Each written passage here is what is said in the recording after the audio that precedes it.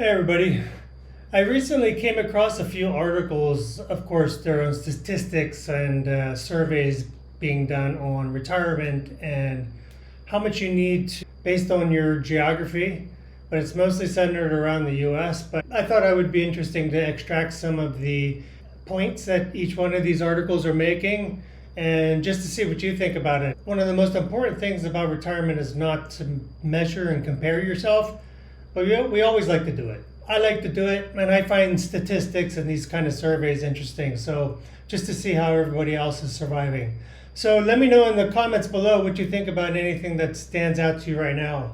But I think the one thing that's interesting about this is some of this just doesn't match reality. So sometimes I'm not sure where they're even getting these numbers. And by the way, congratulations to Elon Musk. He just became the first trillionaire. He's made history multiple times, and he did it again with the release of his stock company SpaceX into the public, and he actually became the first trillionaire. And I saw a calculation done by an NGO, Oxfam. Oxfam always likes to call the billionaires out. You know, I work in the NGO world, but I really get tired of some of these NGOs crying about these billionaires. I think if they earned it, they get to keep it.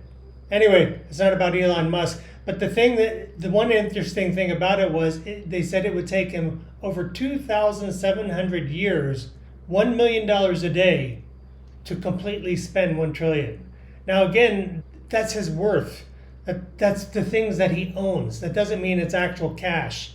It's just his worth. NGOs like Oxfam they really annoy me.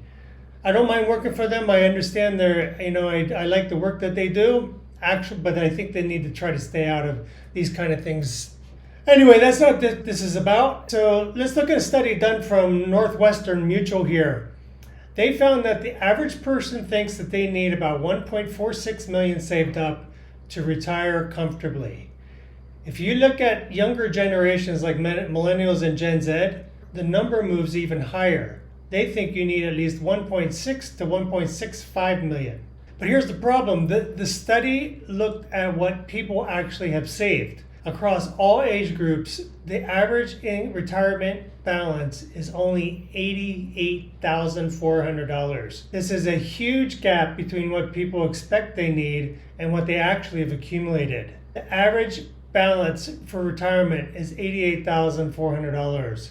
To understand why this gap exists, you have to look at how much it costs to live in the US. In this CNBC article, they use data from Go Banking rates to figure out the bare minimum you need to retire at the age of 65 and to make your money last for at least 25 years. So these numbers assume you are getting an average Social Security check, but they also factor in a 20% financial buffer just to be comfortable. And as you would expect, where you live actually is the most key variable in all of this. Here's an example of the most expensive states, and under $1 million just won't cut it. In Hawaii, you need at least 2.2 million in savings. It costs about $110,000 a year to live comfortably, even after Social Security. In Massachusetts, the number savings target is 1.7 million. In California is 1.5 million. I'm actually kind of surprised at how low that is. I would have expected at least 2 million in all of these. Both Alaska and New York require well over 1 million, but only around 1.4 million, which is actually shocking, especially for New York. I thought it would be much more. But if you wanted to move to some of the cheapest parts of the country, the lowest cost state is Oklahoma. You need at least $735,000 in investments. Mississippi is right next to it at $750,000. And then Alabama and West Virginia come in a close third at just under $800,000 a year. The main takeaway here is that even the cheapest states in America, you still need at least $750,000 just to get by for 25 years. Again, the starting point is 65. If you plan to retire early, you're going to need much more than that just to fund those extra years. For me, I'd be totally screwed if I was in the U.S. I could probably manage it with myself, but not with at least one dependent. So how do standard financial planners tell you to measure your progress? A common benchmark used by institutions like the AARP and Fidelity is using the 10x income rule.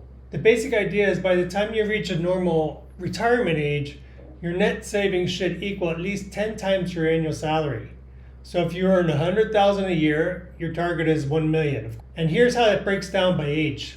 By the time you're 30, you should have at least 1 times your salary in saving or investments. By the time you're 40, you need at least 3x savings. So by the time you're 50, you need 6x. You need 8x. And by the time you're 67, you should have at least 10x your salary, if you're even working that long. The math behind this only really assumes that once you retire, you only need about 70 to 80% of what your pre-retirement income and lifestyle was. So the idea is that you won't be spending money on commuting or payroll taxes or other things that you need to work. But the biggest thing that usually offsets those savings in retirement comes down to healthcare, insurance, and medical costs. They tend to increase as we get older. And the final piece of data explains why so many people struggle to hit the targets. And it's less to do with income and more to do with habits. Joe Rogan, he was recently talking with an analyst by the name of Caleb Hammer. This guy actually kind of threw some salt in people's wounds. He pointed out a growing trend that a massive number of high earners making over $100,000, $200,000, $500,000 a year, they're living paycheck to paycheck with zero savings. Can you imagine making that much money and having zero savings? And the reason behind this is it's lifestyle inflation and bad debt habits. The three main things behind this are people finance massive expensive assets like a $70,000 truck, and over long periods of time that locks up cash that could be invested, compounding in the market. Relying on high interest credit cards for things that you don't need, or like for using your credit card to go on holidays. You're paying interest on a credit card that could be compounding as income in an investment instead. The biggest one, I think, is choosing instant gratification over retirement savings leaves people high monthly bills and no actual assets when their income stops. According to the numbers, the only way you can get ahead is to be completely honest about your monthly spending and eliminate bad consumer debt. Get rid of the credit cards. Dave Ramsey is famous for saying, cut up your credit cards. So it's clear that data shows that hitting a security retirement comes down to 3 things. Planning around the cost of where you live, tracking your salary milestones by age, just as guidelines as rules, and keeping your lifestyle inflation in check. Cut the FOMO, cut the keeping up with the Joneses, and live on less than what you make. Just as a personal conclusion, I spent the first 12 to 15 years with a die with zero mentality, and I was a volunteer for most of that, and I didn't make enough money to actually save anything. It's no excuse. I just lived as a volunteer. I was working overseas and I was volunteering and living the life. I didn't make better salary until the last 15 years of my career, and then I kind of woke up a little too late with that. Based on the rules we just talked about, how is your retirement savings looking compared to your state's minimum? Let me know what you think. Where do you stand with these statistics? And what do you think about Elon Musk being the first trillionaire? Does it piss you off? Are you happy for him? Just curious. Thanks, everybody. Take care. God bless. Take it slow. See you in the next one.